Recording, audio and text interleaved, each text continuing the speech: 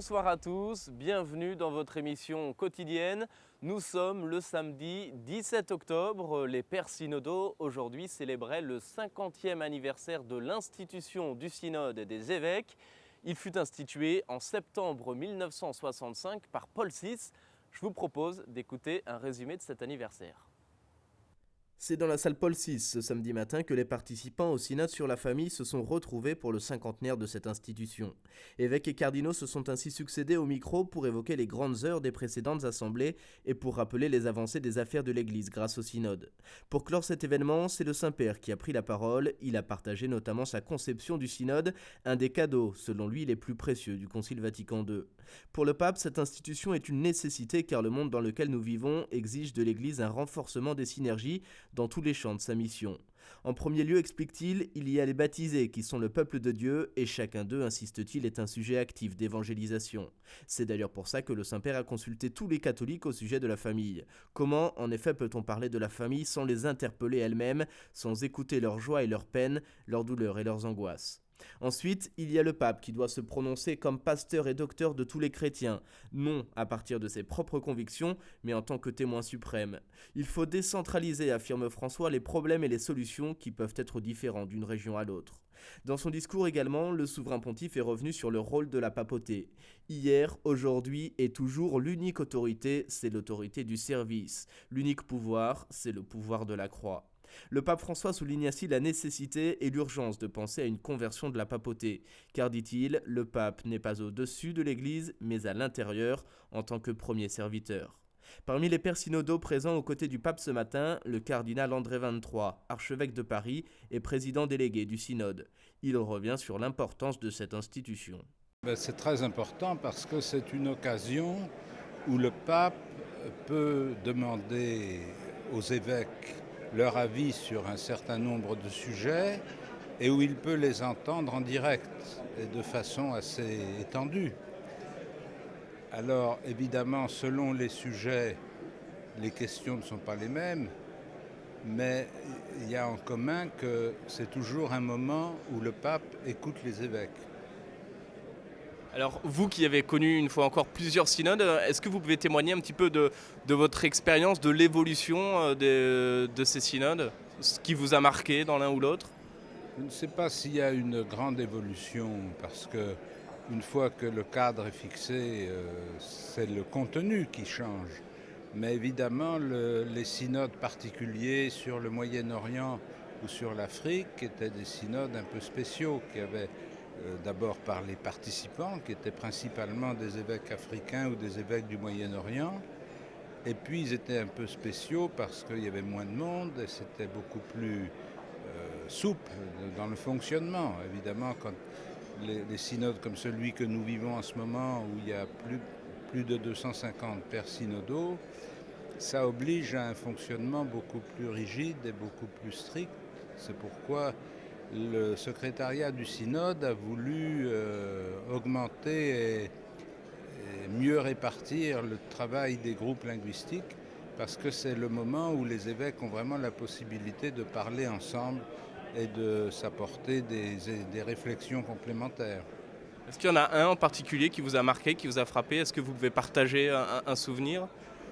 Bon, celui qui m'a le plus frappé, évidemment, c'est le premier auquel j'ai participé, c'est-à-dire celui de 2006, qui devait être sur la parole de Dieu, si je me souviens bien, et qui était un moment impressionnant pour moi, parce que c'était la première fois que je participais à une réunion de ce genre.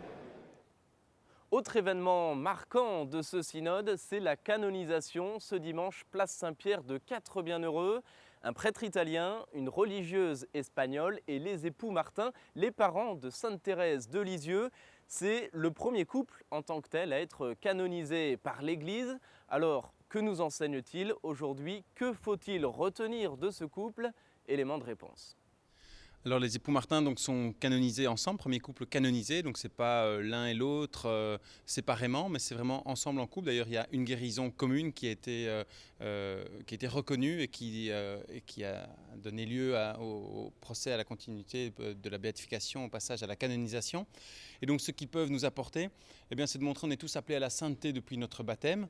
Eh bien, on peut le faire de différentes manières et différentes vocations, là où on croit que la vie de prière ou la vie religieuse ou de prêtre est l'unique chemin vers la sainteté. Eh bien, les époux Martin nous enseignent aussi que la vie de couple, la vie dans le mariage, la vie de famille est aussi un lieu pour grandir en sainteté, que l'un et l'autre des époux, eh bien, quelque part, s'entraident pour grandir ensemble, se faire grandir l'un l'autre et grandir ensemble aussi en sainteté. Donc, par et à travers le mariage, eh bien, il y a cette plénitude de la vie de baptisé qui peut se réaliser. Et c'est là la bonne nouvelle qui nous annonçait, et c'est pourquoi c'est une joie de pouvoir bien célébrer cette canonisation au cœur du synode sur la famille.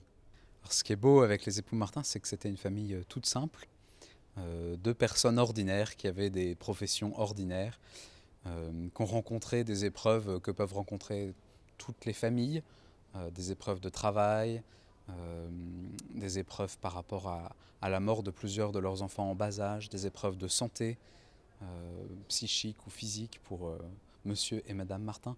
Et donc voilà, une famille toute simple, qui avait quand même au fond d'eux-mêmes, l'un et l'autre avant de se marier, le désir de la sainteté, le désir d'une relation forte et particulière et qui va jusqu'au bout avec le Seigneur Jésus.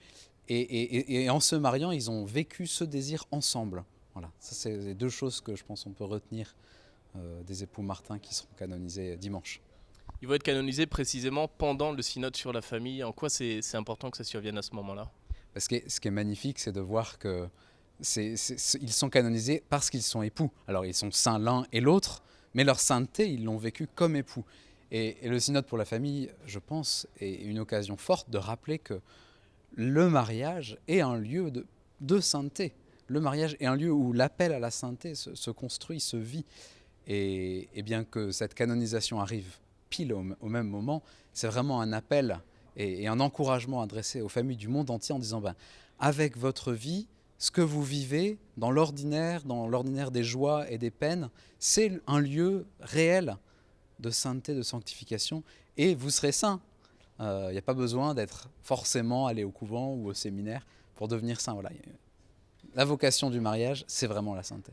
Je crois qu'en tout cas, il y a une réelle volonté de pouvoir montrer au cœur de ce synode cet exemple, je dirais, de vie familiale, de parents. Ils ne sont pas saints parce que leur fille était sainte, mais plutôt parce qu'eux, comme couple, ils étaient engagés, ils ont fait grandir dans l'éducation qu'ils ont donnée à leurs enfants, dans la vie leur vie de prière, dans leur engagement auprès des plus pauvres. C'est toute leur vie aussi qui est un exemple de sainteté. Voilà, c'est la fin de cette émission. Dimanche, donc, 4 nouveaux saints seront élevés à la gloire des autels. Vous pourrez évidemment suivre la célébration en direct sur Sel et Lumière. Je vous souhaite à tous une très très belle soirée.